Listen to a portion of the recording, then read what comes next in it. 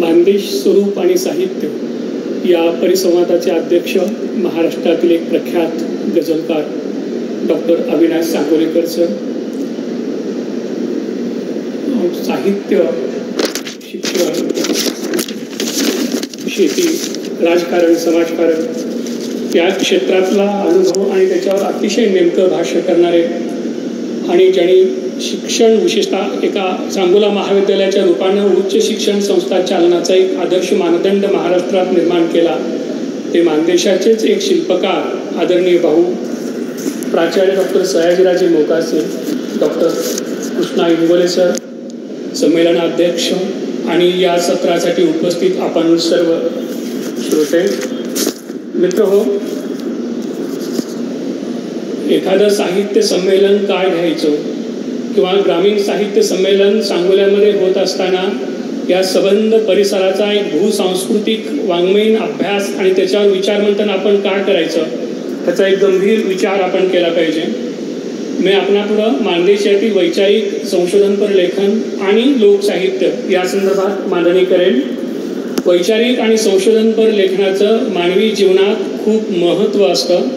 वैचारिक आणि संशोधनपर लेखन हे व्यक्तीचं माणसाचं एक वैचारिक भरणपोषण करतं, त्यांना दृष्टिकोन देतं, चिकित्सेचे नवे आयाम देतं, आपल्या सगळ्या परंपरांचं एक नेमकं भान देतं. किंवा वैचारिक संशोधनपर लेखनाच्या भूमीतच ललित साहित्य आणि इतर कला बहरत असतात. अँटिनो ग्रामची नावाचा एक अतिशय प्रख्यात असा इटालियन मार्क्सवादी इतिहासकार होऊन गेला. त्यांना असं मत मांडलेलं आहे आणि ते फार गाजलेलं विधान आहे की समाजातला जो सत्ताधारी वर्ग असतो, प्रस्थापित अभिजन वर्ग असतो, तो शिक्षण, साहित्य, सांस्कृतिक व्यवहार यांच्या माध्यमातून इतर वर्गावर प्रभुत्व गाजवत असतो आणि बहुजन समाजातली शेतकरी कष्टकरातील वर्गातली माणसं ही आपले जर परंपरा विसरल्या तर उच्च वर्गाचंच अनुकरण करत असतात आणि त्याच्यातून गुलामगिरीची अनेक तत्त्व निर्माण होत असतात. ह्या सगळ्याचा विचार आपण आपल्या पार्श्वभूमीवर केला पाहिजे. आजचा काळ हा एक बुद्धिभ्रम करणारा काळ आहे. अभिजन वर्ग वेगवेगळ्या प्रकारे प्रोपगंडा अनेक प्रकारचा निर्माण करण्यासाठी मशगूल आहे आणि अशा काळात ग्रामीण भागातल्या लोकांना त्यांच्या परंपरा, त्यांचे विचार, त्यांचे नेमक्या सगळ्या गोष्टी जर माहीत नसतील तर आपला सहजपणे बुद्धिभ्रम होऊ शकतो आणि कुणाच्या तरी हातचा आपण बावलं बनवू शकतो. हा एक गंभीर धोका आजच्या काळात आहे आणि म्हणून आपल्या सगळ्यांना ज्या मानदेशात आपण राहतो, ज्या गावात राहतो, ज्या परिसरात राहतो त्या सगळ्याचा इतिहास, तिथली भौगोलिक परिस्थिती, ज्या कर्तृत्ववान व्यक्तींनी आपला परिसर, आपला समाज घडविला, ज्या लोककलाकारांनी या संस्कृतीला आकार दिला, ज्या लोकांनी इथली भाषा, मौखिक परंपरा, साहित्य जतन केलं आणि जे सगळ्यांचं जीवन रसावर आपलं व्यक्तिमत्व, आपलं पिंड पोचलेलं आहे, त्या सगळ्याविषयी आपल्याला खोलवर आस्था, अभ्यास आणि त्याच्या पाहण्याची एक दृष्टी असली पाहिजे. म्हणून हे सत्र किंवा मानदेशाचा एक सामाजिक सांस्कृतिक अभ्यास करणं आवश्यक आहे असं मला वाटतं. मित्र हो, मानदेश हा एक महाराष्ट्रातला अत्यंत वेगळा असा एक भूसांस्कृतिक प्रदेश आहे. मानदेशाचा ज्ञात इतिहास उलगडण्याचा प्रयत्न डॉक्टर इंगोले सरांनी त्यांच्या दीर्घ अभ्यासातून केलेला आहे. त्यांनीच सांगितल्याप्रमाणे साधारणतः इसवी सनाच्या 4थ्या शतकात माणांक नावाचा एक राजा होऊन गेला की ज्याच्या नावावरून या मानदेशाला हे नाव पडलं असं मानलं जातं. मानदेशाला मानदेश असंच का म्हटलं जातं त्याच्या संदर्भात एक 3 तर्क मानले जातात. त्याच्यातला तो एक तर्क आहे. मानदेश असा प्रत्यक्षात देश नाम उल्लेख नामदेवांच्या एका अभंगामध्ये येतोय. धन्य धन्य मानदेश विठ्ठले केला रहिवास असा नामदेवांचा एक अभंग आहे. नामदेवांचा कालखंड आहे 1270 ते 1350. म्हणजे त्या काळामध्ये मानदेश असा देशवाचक शब्द प्रचलित होता हे आपल्या लक्षात येतं. पंढरपूरच्या विठ्ठलाच्या मंदिरामध्ये एक 84चा शिलालेख आहे. तो शिलालेख साधारणतः 1273 ते 1275 या काळात कोरला गेलेला आहे. त्याच्यामध्ये सुद्धा मानदेशातल्या एका देणगीदारानं मंदिरासाठी देणगी दिल्याचा उल्लेख आढळतो. म्हणजे साधारणतः 13व्या शतकामध्ये मानदेश हा शब्द देशवाचक म्हणून प्रचलित होता आणि तो त्यावेळच्या लिखित साहित्यामध्ये आलेला आढळून येतो. ह्याचा दुसरा असा अर्थ होतो की एखादा शब्द भाषेमध्ये प्रचलित होण्याच्या पूर्वी किमान तो 300, 400, 500 वर्ष लोकव्यवहारात प्रचलित असतो. म्हणजे मानदेश याची उत्पत्ती साधारणतः 8व्या 9व्या 10व्या शतकापर्यंत मागे जाऊ शकते. तेव्हापासून हा सगळा एक विशिष्ट असा भौगोलिक प्रदेश मानदेश या नावानं ओळखला जात असल्याची शक्यता आहे. मानदेशाचं जे सगळी वैशिष्ट्य आहेत जी वेगवेगळ्या पद्धतीनं आतापर्यंत सांगितली गेली ती मानदेशातल्याच एका लोकगीतात आहेत. हे संमेलन जे आता होत आहे ते एप्रिल महिन्यामध्ये होत आहे. पाठीमागे बसलेले जे विद्यार्थी आहेत त्यांना विशेषतः उन्हाच्या झळा खूप लागतात. ऊन खूप लागते, उकडते पुढं बसणाऱ्यापेक्षा. हे मानदेशाचं ऊन आणि इथलं एकूण सगळं निसर्गशरण जगणं, दुष्काळ, जनावरं, मानदेशाची सगळी वैशिष्ट्य एका लोकगीतामध्ये आलेले आहेत. डॉक्टर इंगोले सरांनी मानदेशावरचं ते लोकगीत कष्टपूर्वक संकलित करून ते त्यांच्या पुस्तकामध्ये दिलेलं आहे. ते लोकगीत असं आहे की ज्याच्यातनं मानदेशाची सगळी वैशिष्ट्ये येतात. असं मानदेशाचं ऊन, तिथं नदी वाहते मान, माळासोबत काळं रान, मटकी बाजरीची खाण. असं मानदेशाचं ऊन, तिथं बोरी बाबळीचं बन, लिंब हिरवा, बेगडी पानं, आणली बंधूजीनं चोळी छान. असं मानदेशाचं ऊन, तिथं चरती मेंढरं खिलारं, जशी तळपती तलवारं. असं मानदेशाचं ऊन, बांधावर नेपताडी छानं, निरगुडीचे पांढरी पानं, काळा इथला इटूचा पाषाणं. असं मानदेशाचं ऊन, आणलं डाळिंबाचं बन. असं मानदेशाचं ऊन, लाल चुटुक डाळिंब छानं. असं मानदेशाचं वर्णन करणारं एक लोकगीत आहे आणि त्याच्यातून मानदेशाची वेगवेगळ्या प्रकारची वैशिष्ट्य व्यक्त झालेली आपल्याला आढळून येतात. मानदेशाचा अभ्यास जो संशोधनपर करण्याचा पहिला प्रयत्न जो खूप कष्टपूर्वक आणि एक भूसांस्कृतिक अभ्यासाचा मानदंड ठरावा असा अभ्यास डॉक्टर इंगोले सरांनी केलेला आहे. त्याने तो अभ्यास का केला आणि आपण त्याच्यापासून काय घ्यावं हा कळीचा प्रश्न आहे. म्हणजे इंगोले सरांनी त्या 1988 साली प्रकाशित झालेल्या त्या पुस्तकाच्या प्रस्तावनेत असं म्हटलेलं आहे की मानदेश ही माझी जन्मभूमी आहे, कर्मभूमी आहे. आपण या भूमीत वाढलो, परंतु ज्याला मानदेश असं म्हटलं जातं तो मानदेश आहे तरी नेमका, त्याच्या भौगोलिक सीमा कोणत्या आहेत, त्यात कोणते तालुके येतात, त्याचं लोकजीवन, इथली संस्कृती, लोकांच्या जीवनधारणा, इथले प्रश्न हे सगळे अभ्यासपूर्वक समजून घ्यावेत आणि इथल्या समाजापुढं हा सगळा मानदेश कसा आहे हे नीटपणे मांडावं की जो एक शास्त्रीय अभ्यासाच्या आधारे लोकांच्या पुढं जावं. या दृष्टिकोनातून त्यांनी मानदेश फिरून अनेक ठिकाणी भटकंती करून लोकांना प्रत्यक्ष भेटून मुलाखती चर्चा वगैरे घेऊन म्हणजे सतत एक 4-5 वर्ष अभ्यास करून 1988 साली मानदेश स्वरूप आणि समस्या हा त्यांनी ग्रंथ तो सिद्ध केला. अशा प्रकारे एखाद्या भूसांस्कृतिक प्रदेशाला केंद्रवर्ती ठेवून तिथल्या संबंध इतिहासाचं, सामाजिक जीवनाचं, संस्कृतीचं, भाषेचं आणि लोकांच्या जगण्याच्या अनेक तत्वांचं नेमकं विश्लेषण करणारा असा तो मराठीतला पहिला ग्रंथ आहे. मित्रहो, अशा प्रकारचा अभ्यास परदेशामध्ये केला जातो. परदेशामध्ये एखादा गाव किंवा एखादा विशिष्ट भूप्रदेश घेऊन त्याचा सर्वांगानं सखोल आणि वस्तुनिष्ठ अभ्यास करण्याचे खूप चांगल्या प्रथा आणि पायंडे आहेत. आपल्याकडं तशा प्रकारचा एक पहिला यशस्वी प्रयत्न डॉक्टर इंगोले सर यांनी केला. हा ग्रंथ आपल्याला काय शिकवतो? डॉक्टर इंगोले सरांचा तो ग्रंथ आपण वाचावा, आपल्याला मानदेश समजून घेता येईल किंवा मानदेशाच्या अभ्यासाचा एक पाया म्हणून आपण त्या ग्रंथाकडे पाहावा. परंतु बदलता जो आजचा मानदेश आहे त्याच्यावर आपल्याला काय काम करता येऊ शकतं? किंबहुना आपण ज्या गावात राहतो त्या प्रत्येकाच्या गावाला एक इतिहास आहे, त्या गावाची एक लोकसंस्कृती आहे, परंपरा आहे, त्या गावाला घडवणारी काही करती माणसं असतात, शेतकऱ्यांची काही परंपरा असते. हे सगळं आपल्या आपल्या गावाचा इतिहास जरी आपण लिहिला आणि असं करत मानदेशाचा एक मोठा बृहत सांस्कृतिक इतिहास सिद्ध होऊ शकेल. इंगोले सरांनी मानदेशाच्या इतिहासाच्या रूपानं आपल्याला आपल्या आपल्या गावाचा, आपल्या भूप्रदेशाच्या लोकजीवनाचा अभ्यास कसा करावा ह्याचा एक सांस्कृतिक दृष्टिकोन, एक अभ्यास पद्धती त्यांनी आपल्या समोर ठेवलेली आहे आणि त्या दृष्टीनं आपण पुढे गेलं पाहिजे असं मला वाटतं.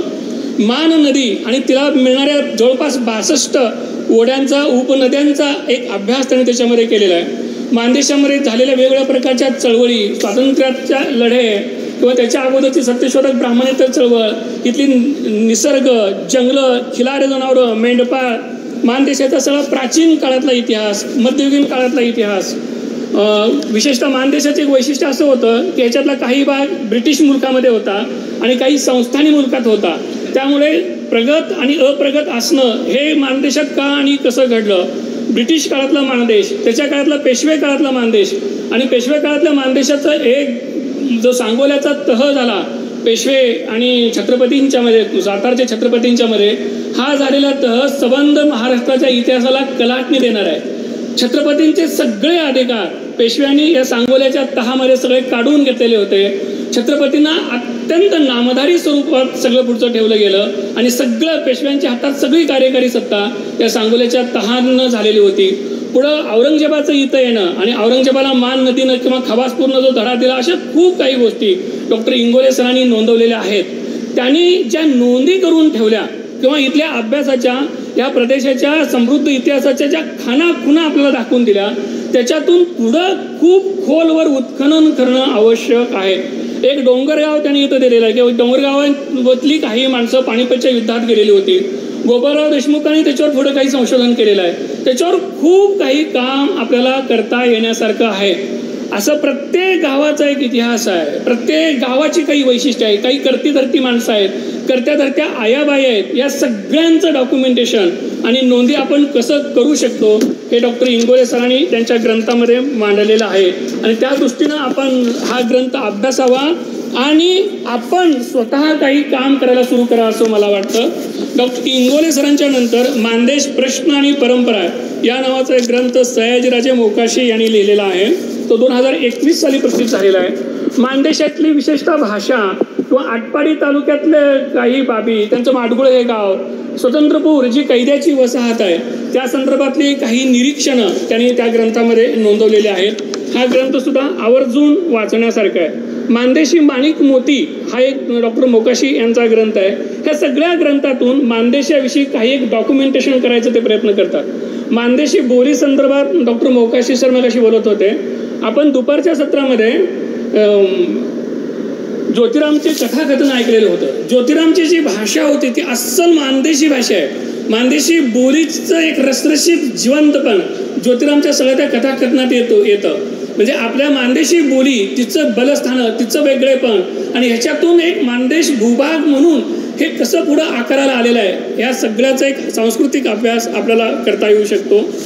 आनंद विंगकर यांनी मानदेश दरसाल दुष्काळ नावाचं एक पुस्तक लिहिलेलं आहे. ते स्वतः मानदेशभर फिरले, अनेक लोकांच्या भेटीगाठी घेतल्या, प्रश्नावली वगैरे लोकांना देऊन शास्त्रीय पद्धतीने काही त्यांनी सर्वे केला आणि त्याच्या आधारे त्यांनी ते मानदेश दरसाल दुष्काळ नावाचं एक पुस्तक लिहिलेलं आहे. असं एक रिपोर्ट वजा ते पुस्तक आहे. मानदेशातली जमीन, पाणी, हवामान, वनस्पती, प्राणी जीवन, इथली माणसं, त्यांच्या जगण्याच्या तरा, त्यांचे प्रश्न, सरकारचं झालेलं दुर्लक्ष, अशा अनेक बाबी त्यांनी मानदेश दरसाल या पुस्तकामध्ये नोंदवलेल्या आहेत. मानदेशातलं एक अंतस्तर काय आहे, लोकजीवनाचे पदर, माणसामाणसातले संबंध, जाती जातीचे संबंध, हा सगळा जो एक अंतस्तर आहे तो समजून घेण्यासाठी आपल्याला हे पुस्तक एक उपयुक्त ठरतं असं वाटतं. डॉक्टर इंगोले सरांनी एक नोंद अशी केलेली आहे की रघुनाथ ज्ञानोबा देशमाने यांनी 1926 साली मान तालुक्याचे भूवर्णन या नावाचा एक ग्रंथ लिहिलेला आहे असं त्यांच्या वाचनात आलं. पण प्रत्यक्षात तो ग्रंथ उपलब्ध झालेला नाही. आपण त्या ग्रंथात जर संशोधन केलं तर 1926 सालचा मानदेश काय होता किंवा त्याच्या पूर्वीचा मानदेश काय होता त्याच्यावर आपल्याला एक प्रकाश पडू शकतो. वारेगाव येथले वैजनाथ घोंगडे यांनी परिक्रमा मानगंगेची नावाचे पुस्तक प्रसिद्ध केलेलं आहे. मान नदीच्या उगमापासून ते सरकोलीला मान नदी जिथं भीमेला मिळते तिथंपर्यंत मानाच्या काटाकाटानं प्रवास करणं आणि हा सगळा प्रवास हा डोळसपणे करणं, संवेदनशील मनानं करणं, म्हणजे मान नदीची जलप्रणाली, जलसंधारण, मान नदी भोवतीचं अर्थकारण, मान नदीच्या परिसरातली जनावरं, वनस्पती, प्राणीसृष्टी, माती परीक्षण किंवा माती, मंदिरं, अशा सगळ्या अनेक गोष्टींचा अभ्यास करत मानेच्या काटाकाटानं इथे कशी संस्कृती आकाराला आलेली आहे ह्याचा एक अभ्यास करण्याचा प्रयत्न या ग्रंथामध्ये केलेला आढळून येतो.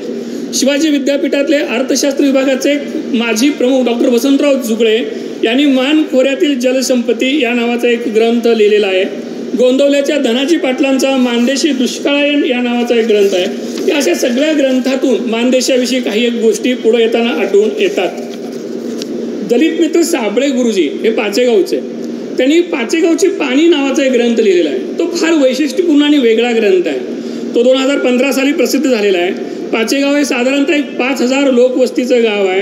आणि त्या गावातलं एकूण सगळं जीवन म्हणजे ते गाव, त्या गावाच्या सीमा, त्याच्या भोवतालची गावं, तिथल्या डोंगरदऱ्या, शेतमेळं, वाड्या वस्त्या, तिथली माणसं, जात्या जमाती, गावातल्या देवदेवता, यात्रा, ग्रामपंचायत स्थापन झाल्यानंतर तिथं कोणकोणते बदल होत आलेले आहेत, शाळा कशा आहेत, अशा त्या गावाशी निगडीत अनेक बाबी त्यांनी त्याच्यामध्ये नोंदवलेल्या आहेत आणि त्याच्यातून त्या गावाचा एक प्रकारे सामाजिक सांस्कृतिक इतिहास सिद्ध करायचा त्यांनी प्रयत्न केलेला आहे.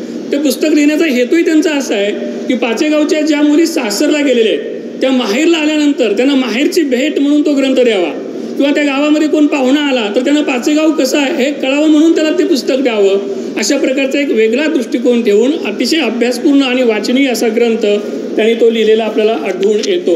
हे झाले सगळे मानदेशातले संशोधनपर लेखन. असे आणखीही काही ग्रंथ आहेत. मानदेशा संदर्भात वैचारिक लेखन सुद्धा झालेलं आहे आणि वैचारिक लेखन होणं अतिशय आवश्यक आहे, लक्षात घ्या. भौतिक संपन्नता वाढली आणि जर आपण वैचारिक आणि सांस्कृतिक जीवनाकडे दुर्लक्ष केलं तर अनेक पातळ्यावर ऱ्हास संभवतो. माणसाला जसं पैशाची गरज आहे, पोटाची भूक आहे, तशी एक मेंदूची आणि मनाची सुद्धा भूक असते आणि ही वैचारिक सांस्कृतिक क्षेत्रातनंच भागवली जाऊ शकते. या दृष्टीनं मानदेश संदर्भातलं किंवा मानदेशातल्या लोकांनी एक खूप चांगलं सकस वैचारिक लेखन केलेलं आहे. ह्या संदर्भातलं एक खूप चांगलं महाराष्ट्र पातळीवर गेलेलं नाव म्हणजे भाई महादेव शंकर डोले. त्यांनी धर्मनिरपेक्षता नव्हे इवाद नावाचा ग्रंथ 1988 साली लिहिलेला आहे. तो खूप महत्त्वाचा आहे. 1976 साली इंदिरा गांधींनी भारतीय राज्यघटनेच्या सरनाम्यामध्ये दुरुस्ती करून धर्मनिरपेक्षता या शब्दाचा समावेश केला. त्याच्या आधारे धर्मनिरपेक्षता म्हणजे काय किंवा सेक्युलरिझम म्हणजे काय याची छाननी त्यांनी केली आणि धर्मनिरपेक्षता या शब्दाऐवजी इवाद हा पर्यायी शब्द सुचवला. ही सगळी मांडणी करत असताना भाई डोले असं सांगतात की भारतासारख्या वेगवेगळ्या धर्म, जाती आणि सांस्कृतिक भिन्नता असणाऱ्या ह्या देशामध्ये कुठल्याही एका धर्माचं प्रभुत्व असणारी शासनसत्ता येता कामा नये. शासनाला कुठलाही धर्म असता कामा नये. शासन हे पूर्णतः निधर्मी, स्टेटला कुठलाही धर्म असता कामा नये किंवा स्टेटनं धर्माचं कुठलाही प्रायोजिक कार्यक्रम करता कामा नयेत. स्टेटनं कुठल्याही एका धर्माचा पुरस्कार करता कामा नये अशा प्रकारची भूमिका त्यांनी मांडलेली होती 1988ला. आणि पुढे त्यांनी असं म्हटलं होतं की जर धर्म आणि शासन ह्याच्यात फरक केला नाही तर आपल्या देशातली लोकशाहीला धोका उद्भवू शकेल आणि इथलं एक धार्मिक कट्टरवादी व्यवस्था इथं आकाराला येऊ शकेल. 1988 साली भाई ढोले यांनी जे भाष्य केलेलं होतं ते आज वास्तवात येत असताना आपल्याला आढळून येतं. आपली भारतीय राज्यघटना ही सरळ सांगते की स्टेटला कुठलाही धर्म असता कामा नये आणि आज स्टेट एका विशिष्ट धर्माचा, त्यातल्याही एका विशिष्ट विचारप्रवाहाचा थेट उघडपणे पुरस्कार करतं किंवा प्रधानमंत्री एखाद्या विशिष्ट पद्धतीचं एका विशिष्ट धर्माची कपडे घालून विशिष्ट आरत्या करून हा देश ह्या विशिष्ट धर्माचाच असं दाखवतात, तेव्हा भारतीय राज्यघटनेशी पूर्णतः विसंगत वर्तन ते करत असतात. अशी चिकित्सा करण्याचा दृष्टिकोन आपल्याला भाई ढोले यांनी दिलेला आहे. म्हणजे आपल्या मानदेशातलाच एक लेखक आपल्या भारतीय राज्यघटनेच्या आधारे इथल्या स्टेटनं कशा प्रकारे वर्तन केलं पाहिजे ह्याच्यावर मूलभूत भाष्य करणारा ग्रंथ लिहितोय. राज्य सरकारचं साहित्य संस्कृती मंडळ ते प्रसिद्ध करत आहे. आपण तो ग्रंथ आवर्जून वाचला पाहिजे. इथल्या प्रत्येक लेखक आणि संशोधकांना लिहिलेलं लेखन एक डोळस भान देणार आहे असं मी म्हटलं होतं. मानदेशातील लोक उगीच मनोरंजनपर काल्पनिक लेखन लिहित नाहीत, काही एक हेतू दृष्टिकोन ठेवून ते लिहितात. भाई डोलेंच्या नंतर डॉक्टर इंगोले सरांनी गाव जागर हा ग्रंथ लिहिलेला आहे. त्याचं नावच गाव जागर असं आहे. गावाविषयी काही एक जागरण करणं, प्रबोधन करणं त्याचा हेतू आहे. या ग्रंथामध्ये त्यांनी शहरी जीवनापेक्षा ग्रामीण जीवनाचं वेगळेपण कशात आहे, गावगाडा काय आहे, गावगाड्यामध्ये कोणते बदल होत चाललेले आहे, गाव रहाटीमध्ये कोणते बदल होत चाललेले आहे, ग्रामीण माणसाचं शोषण करणारे घटक कोणते आहेत. हे खूप महत्त्वाचा लेख आहे त्यांच्या पुस्तकामधला की ग्रामीण भागामध्ये शोषण करणारी एक नवी व्यवस्था आलेली आहे, ती ग्रामीण भागातलीच आहे. आपण आपले शोषक कोण आहेत ते नीट डोळसपणे पाहिले पाहिजेत आणि शोषितांना सहाय्य दिलं पाहिजे, शोषितांच्या बाजूने लढे संघटित केले पाहिजेत. अशा प्रकारची एक भूमिका त्यांनी त्या ग्रंथामध्ये घेतलेली आपल्याला आढळून येते. तर हे सगळे अशा स्वरूपाचे ग्रंथ हे ग्रामीण जीवनाविषयीचं एक चांगलं सकस भान आपल्याला देत असताना आढळून येतात. ह्यानंतरचा जो पुढचा भाग आहे तो म्हणजे लोकसाहित्याचा. मानदेश हा लोकसाहित्याच्या दृष्टीनं अतिशय समृद्ध असा प्रांत आहे सगळा हा. मानदेशात जसं की मगाशी इंगोले सरांच्या मुलाखतीमध्ये चर्चा झाली होती की स्त्रियांची गाणी म्हणजे जात्यावरच्या ओवीपासून ते अनेक प्रकारची विधी गीतं मानदेशामध्ये खूप आहेत. जितका दुष्काळ आणि दारिद्र्यानं खचलेला प्रदेश असतो तिथं लोक काहीतरी भावनिक विसावा वेगवेगळ्या माध्यमातून शोधत असतात. त्याच्यात कला संस्कृती हा भाग महत्त्वाचा असतो. मानदेशात लोकगीतं आणि लोकसंस्कृती दृष्टीनं हा भाग समृद्ध आहे. इंगोले सरांचा लोकसंस्कृतीतील स्त्रीरूपे हा ग्रंथ आहे की जो एका मुलीच्या जन्मापासून तिचा एक संबंध स्त्री म्हणून आयुष्यभर जगणं आणि तिच्या मृत्यूपर्यंत काय काय होत जातं आणि त्याच्यात स्त्रीचं एक संबंध भाविश्व कसं गुंफलेलं असतं ह्याच्यावर एक मौलिक भाष्य करणारा तो ग्रंथ आहे. याशिवाय लोकवाणीतील अमृतधन नावाचा त्याने ग्रंथ लिहिलेला आहे. मानदेशातलं जे लोकसाहित्य आहे त्याच्यामध्ये वैविध्य आहे. मान नदी ही मानदेशाचं एक प्रकारे प्राणतत्व आहे, जी जीवन रस वाहिनी आहे. मान नदीविषयीच्या अनेक उत्पत्ती कथा आहेत. म्हणजे मान नदीचा जन्म कसा झाला, मान नदी इथं कशी अवतरली, मग त्या संदर्भात राम लक्ष्मण सीता यांच्या कथेपासून वेगवेगळ्या प्रकारच्या कथा सांगितलेल्या आहेत. याशिवाय पावसासंबंधीच्या कथा म्हणजे पाऊस न पडण्यासंबंधीच्या कथा आहेत. मानदेश हा आपला सगळा अवर्षण प्रवण असा भाग आहे. पर्जन्य छायेच्या प्रदेशात येतो. साधारणतः 450 ते 500 मिलीमीटर पाऊस आपल्याकडे पडतो. एक 4-5 वर्षानंतर हमखास ठरलेला दुष्काळ असतो. मग हे कमी का पाऊस पडतो ह्याच्यावर लोक माणसाला काय वाटत होतं, पिढ्यानपिढ्या ह्याच्यावर लोकांना काय वाटलं, त्याच्या संदर्भातल्या अनेक अशा कथा मौखिक परंपरेनं चालत आलेल्या आहेत. देवदेवताविषयीच्या कथा आहेत. मानदेशामध्ये देवदेवतांचं एक समृद्ध परंपरा आहे. इथं शंभू महादेवाचा डोंगर आहे, रांगा आहेत, सिद्धनाथ आहे, मसवडला, खरसुंडी, करगणी ह्या भागात देवदेवता आहेत. ह्या सगळ्या सिद्धनाथाच्या असतील किंवा शंभू महादेव किंवा इतर देवदेवतांच्या काही एक आख्यायिका आहेत आणि त्याच्यामध्ये बरंचसं साम्य आहे. म्हणजे एखादा भक्त असतो तो शंभू महादेवाची किंवा विशिष्ट देवतेची आराधना करतो, त्याला म्हातारपण येतं, थकतं, मग देव म्हणतो की तू आता माझ्याकडे यायची गरज नाही, मी तुझ्याकडे येतो, फक्त वाटत मागे वळून बघू नकोस. मग भक्त गावाकडे येतो. एक क्षण असा येतो की त्याला वाटतं देव आलाय का नाही, मागे वळून बघावं. मागं बघतो तिथं भैरवनाथ डायरेक्ट प्रकट होतं आणि म्हणतो की मी आता इथंच थांबतो वगैरे वगैरे. म्हणजे थोडंफार तपशिलात बदल केले तर त्याच्यावर एक सारखेपणा आढळतो. का असं लिहिलं गेलं असेल, काय ह्या कथा सांगतात, लोक माणसाचं जे भावनिक विश्व आहे किंवा जो भोवतालचा सगळा दुष्काळ आहे, कोरडेपण आहे, त्याच्यातून बाहेर पडण्यासाठी आणि ह्या सगळ्या आपल्या लोकांना एकत्र बांधून ठेवण्यासाठी काही एक भावनिक विश्व त्याच्यातनं व्यक्त केलेलं आहे. डॉक्टर इंगोले सरांचं याच्यावरलं भाष्य असं आहे की पूर्वीच्या काळी कोणीतरी अशी एक चांगली मोठी लोकोत्तर कर्तृत्ववान माणसं होऊन गेलेली असतील की जे एक चांगली सत्पुरुष असतील, गावातली करती माणसं असतील, सगळ्यांना सांभाळत असतील आणि अशा माणसाचं महात्म्य अबाधित राहावं, त्याच्या कार्यकर्तृत्वाला एक पावित्र्य प्राप्त व्हावं म्हणून अशा प्रकारच्या एक त्या दैवत्य कथा, चमत्कार कथा निर्माण झालेल्या असाव्यात असं त्यांनी याच्यावरलं भाष्य केलेलं आहे. मानदेशाचं लोकसंगीत किंवा इथलं होलारांचं प्रसिद्ध वाद्य किंवा इथलं गजीडोल हा लोकनृत्य प्रसिद्ध आहे. ह्या सगळ्या मानदेशाच्या आपल्या वैशिष्ट्यपूर्ण अशा बाबी आहेत. मानदेश हा शाहिरीसाठी प्रसिद्ध आहे.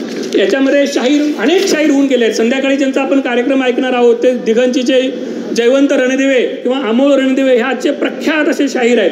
त्यांची एक इथं मोठी समृद्ध अशी परंपरा आहे. शाहीर मार्तंड कुलकर्णी हे जत तालुक्यातले आणि जत तालुक्यातले काराजंगी हे त्यांचं गाव. 1870 हा त्यांचा जन्मकाळ आहे. हे ब्राह्मण होते मार्तंड कुलकर्णी आणि त्यांची ती कथा मोठी विलक्षण आहे की ते तिथले शाहीर प्रसिद्ध असे शाहीर. माचनूरला भेदिक शाहिराच्या स्पर्धा होतात आणि माचनूरला त्या काळात मंगळवेढ्याची सोनाबाई शिंदे नावाची एक मराठा समाजातली शाहीर होती आणि तीही खूप प्रख्यात होती. ती सहसा हार खात नव्हती किंवा तिनं सदैव जिंकलेलेच होतं. अनेक शाहीर तिच्यापासून हारलेले होते. तेव्हा कुणाला तरी असं सुचलं की सोनाबाईंची आणि शाहीर मार्तंड कुलकर्ण्यांची जुगलबंदी व्हावी. ती माचनूरला झाली. त्याला असं ठरलेलं होतं की जो कोणी हरेल त्यानं आपली शाहीर कायमची बंद करायची आणि ज्यानं हरवलंय त्याच्याबरोबर लग्न करायचं अशी अट घातली गेली आणि कित्येक दिवस माचनूरला ती भेदिक शाहिरीची स्पर्धा झाली. त्याच्यामध्ये सोनाबाई हारल्या आणि त्यांनी आपली शाहिरी कायमची बंद केली आणि शाहीर मार्तंड कुलकर्णींच्या बरोबर विवाह केला. तो विवाह साधारणतः 1900च्या दरम्यान झाला आणि मराठा ब्राह्मण असा आंतरजातीय विवाह तो झालेला होता. खूप प्रचंड विरोध त्याला झाला. शाहीर मार्तंड कुलकर्णींच्यावर लोकांनी बहिष्कार टाकला. पुढे शाहीर कुलकर्णींच्या घरातल्या पुढच्या ज्या पिढ्या होत्या त्यांनी मराठा समाजातलीच चोरी केली. पुढे त्यांनी स्वतःचं आडनावही बदललं. शिंदे आडनाव त्यांनी धारण केलेलं आहे आणि पुढच्या त्यांच्या पिढ्या सुद्धा त्या आहेत. असा हा एक मोठा शाहीर होऊन गेला. त्यांनी भेदिक पदं, लावण्या, कथाकाव्य, कटाव, साकी, गण, ख्यातली असे विविध रचना प्रकारामध्ये लेखन केलेलं आहे. भक्ती ही मार्तंड कुलकर्णींचं मुख्य लेखनाचं सूत्र होतं. त्याचं जे फटके ते फार प्रसिद्ध होते. असावा नसावा या स्वरूपाची रचना त्यांनी केलेली आहे. कसा असावा आणि कसा नसावा, आता नवरा कसा असावा आणि कसा नसावा ह्याच्यावर त्यांची एक प्रसिद्ध अशी रचना आहे.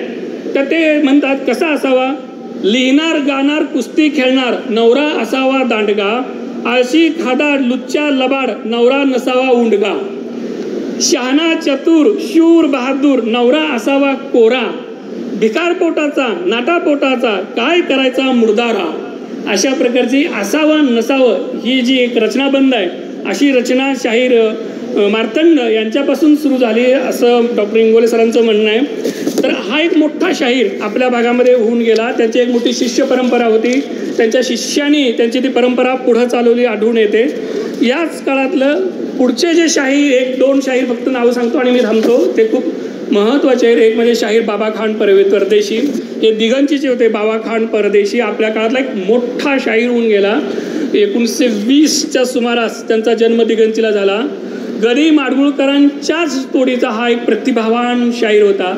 गदिमा शहरात गेले, कोल्हापूरला गेले, पुण्याला गेले आणि त्यांना एक चांगलं पर्यावरण उपलब्ध झालं. त्यामुळे ते अगदी आधुनिक वाल्मिकी म्हणून वगैरे प्रसिद्ध आले.